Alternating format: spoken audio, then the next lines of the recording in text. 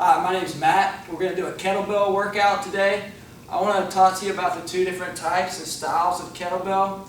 You've got the hardstyle kettlebell, which you see mostly in your gyms, and then you also have the sports style kettlebell.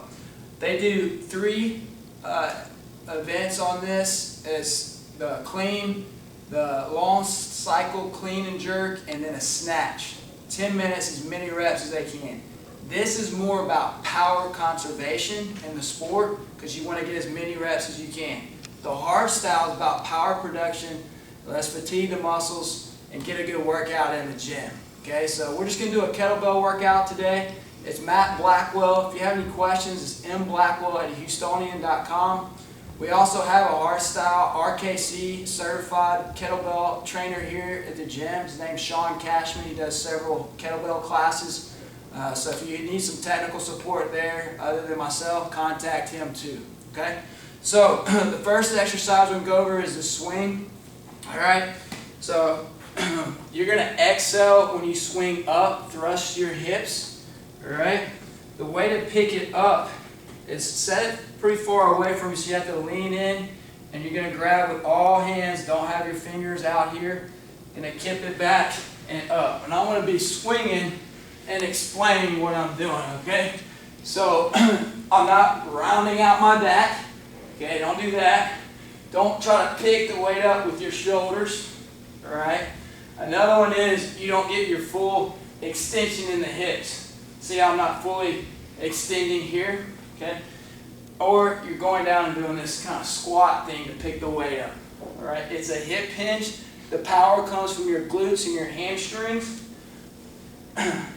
Shoulder blades tied, hinge at your hips, thrust. Power, it's almost like you're jumping. You'll see my heels kind of pop off the ground on this. And you're only going to kip about shoulder height. So your hands are going to hit right around your thigh area, and the kettlebell will kip in the back, and it'll kip a little bit in the front. So that's your first. You're going to try to get about 30 swings on that. And it'll get you winded a little bit. So you got your kettlebell swings. The next thing we're going to do is a Turkish get-up. So back in the day, the Russian Special Forces used this a lot, and then it kind of got popular in the Olympics when the Russians were doing really well with the kettlebells. But in a lot of strongman competition, they wanted to make sure that they could do a Turkish get-up. I'm going fairly light with the 25 starting out. Maybe I'll grab the 40 with my left team. So you're going to lock the shoulder out, keep it stable, no loose elbow, lock it, be strong.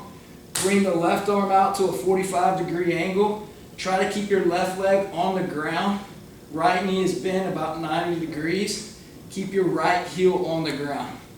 So you're coming up, drive through the elbow, looking up at the weight the whole time, pointing your arm perpendicular to the ceiling. Push through your left hand. Drive with your right heel. Swing the left leg back behind you. And if you look, you can almost see there's a plane that I'm staying in with my left arm, my left hip, and my right arm. Okay? Looking up, and then stepping up into it. Keep the shoulder tight, step back. Stay in that plane again, coming down, and then swinging back all the way back to the ground. When you get here, don't just release. Keep your abs tight. Tap that right shoulder blade to the ground. Keep it strong. Push back up. All right, and you go back into it. You're going to try to get 5 on each side. Rotate the swing with the kettlebell. Those are 2 exercises you'll rotate. Try to get 3 sets of each before you go to the next set. I'm going to give you 8 exercises to do in this workout. So that's the Turkish get up on that one. The next thing is more non-traditional. We're going to do a one-legged deadlift with a rope. We'll grab a little bit heavier one on that. I won't use the sport style too much, but if you notice, all the sport styles, they're the same size, but different weights. So you could have a 25-pound like this and then a 70-pound. They'll look the same size, but they'll be different weights. And that's just as you're doing the competition, the grip stays the same. So on this, it's a one-legged deadlift. You're going to go down, keep your back flat. You notice I'm probably throwing up my right hip a little bit too much. But I want you to try to keep your hips square.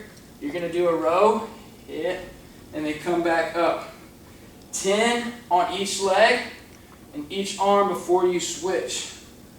You can tell I'm already breaking a sweat on some of these. Okay? So, the row with that, we'll do a push-up. Be careful on this. I'm going to give you two options because one's fairly hard to do and I don't want you to hurt yourself. We're going to do a push-up.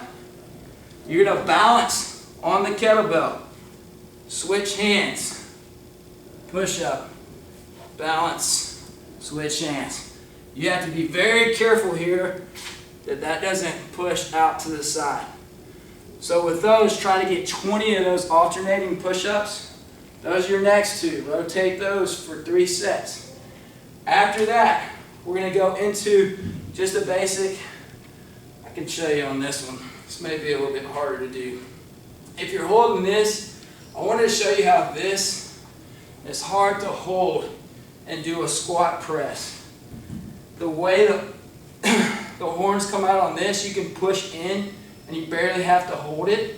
We're going to do a deep squat. Try to get your hips below your knees. Thrust your hips and drive up. So that was real slow. I already lost power here and tried to press with my arms. What you want to do is thrust with your hips.